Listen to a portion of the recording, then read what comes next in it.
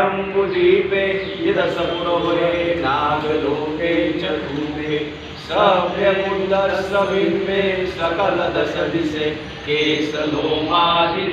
वन्दे सभेऽपि बुद्धं दशबलतनुजं बोधिचेतनं नमामि वन्दामि चेतियं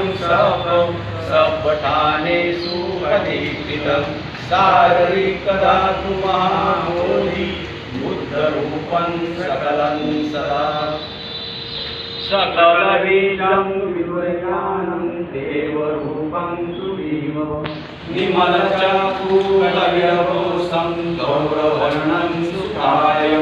अभयचित्तं निभयकामं सुरतधम्मं सुखेन विरतराजं सुगणयेकं भीमराव